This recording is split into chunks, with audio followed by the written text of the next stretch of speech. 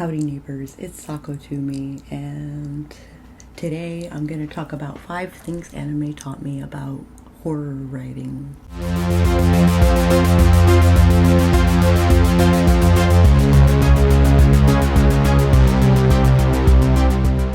In the realm of anime, the genre of horror weaves a tapestry of suspense, fear, and the supernatural.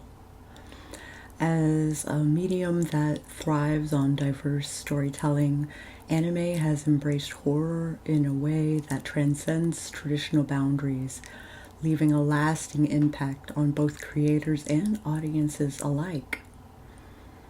The horror genre in anime transcends the conventional boundaries of fear.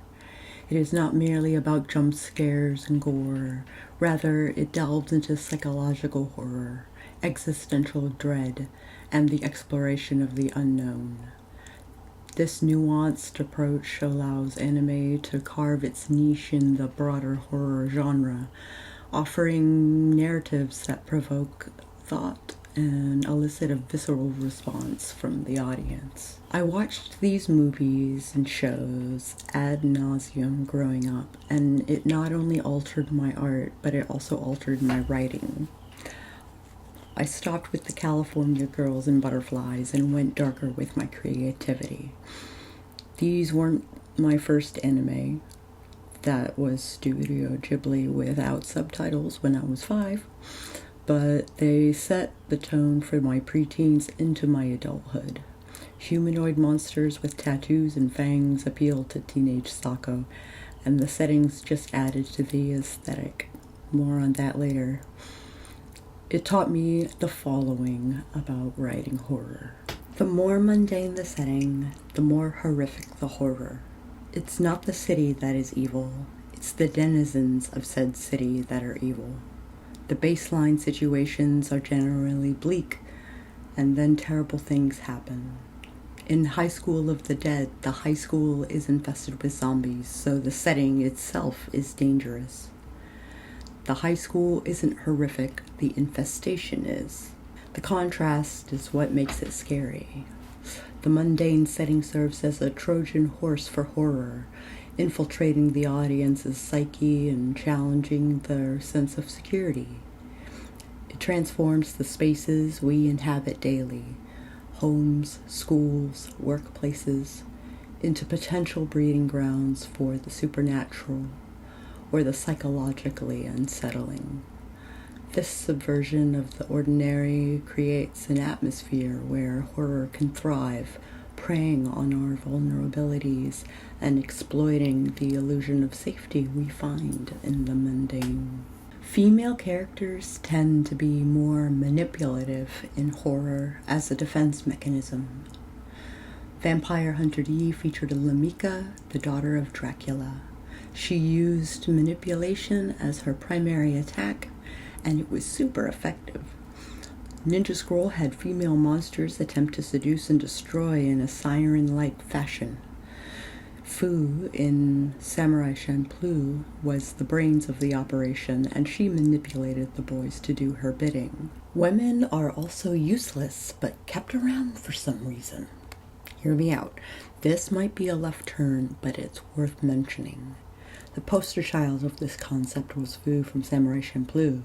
She was not integral to the storyline despite the role she played. Minmay from Macross was a pop star and love interest, but did not help the storyline. She could have been removed and nothing would have changed. This is something that I always aim to combat in my writing. My stories generally revolve around women and the struggles that often come up due to horror. Historically, anime has faced criticism for perpetuating certain stereotypes and tropes related to the female characters. Common stereotypes include the damsel in distress, the manic pixie dream girl, and the fan service character who is overly sexualized for the audience's generally male entertainment.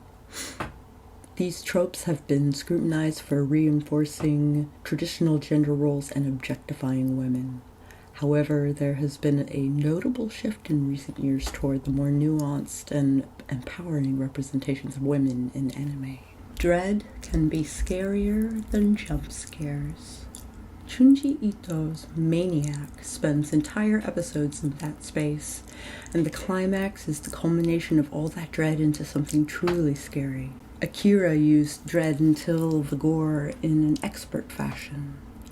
Dread, the subtle architect of apprehension, operates on the principle of anticipation and psychological unease. It is the lingering sense of impending doom that permeates the atmosphere, creating an atmosphere of tension and discomfort. In horror, dread often manifests through suspenseful pacing, eerie soundscapes, and the unknown, the fear of what might happen rather than the explicit depiction of the horror itself. And lastly, blood won't flow, it will spray with great gusto.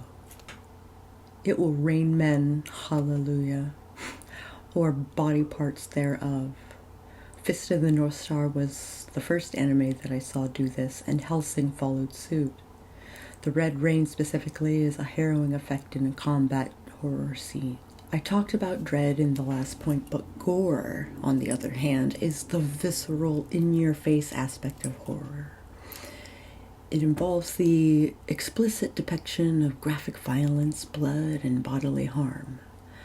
Gore seeks to shock and repulse, relying on the visual impact of gruesome scenes to elicit a strong emotional reaction. The goal is not to build tension through anticipation, but to confront the audience with the immediate and often gruesome consequences of the horror portrayed. In conclusion, the movies and shows that I mentioned in both positive and negative light, I strongly recommend watching them yourself. What's your favorite horror anime?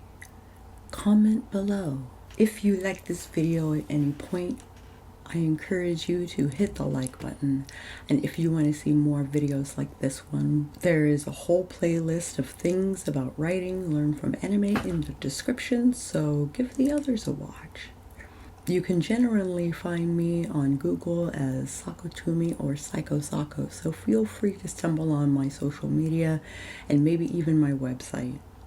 I host sprints on Tuesday mornings and evenings, so if you'd like to be notified, subscribe and ring the bell on the off chance that YouTube actually notifies you when I go live. If you think you might be unsubbed, check to make sure you are. YouTube has been randomly dropping people from my sub. I'll catch you guys on the flip side.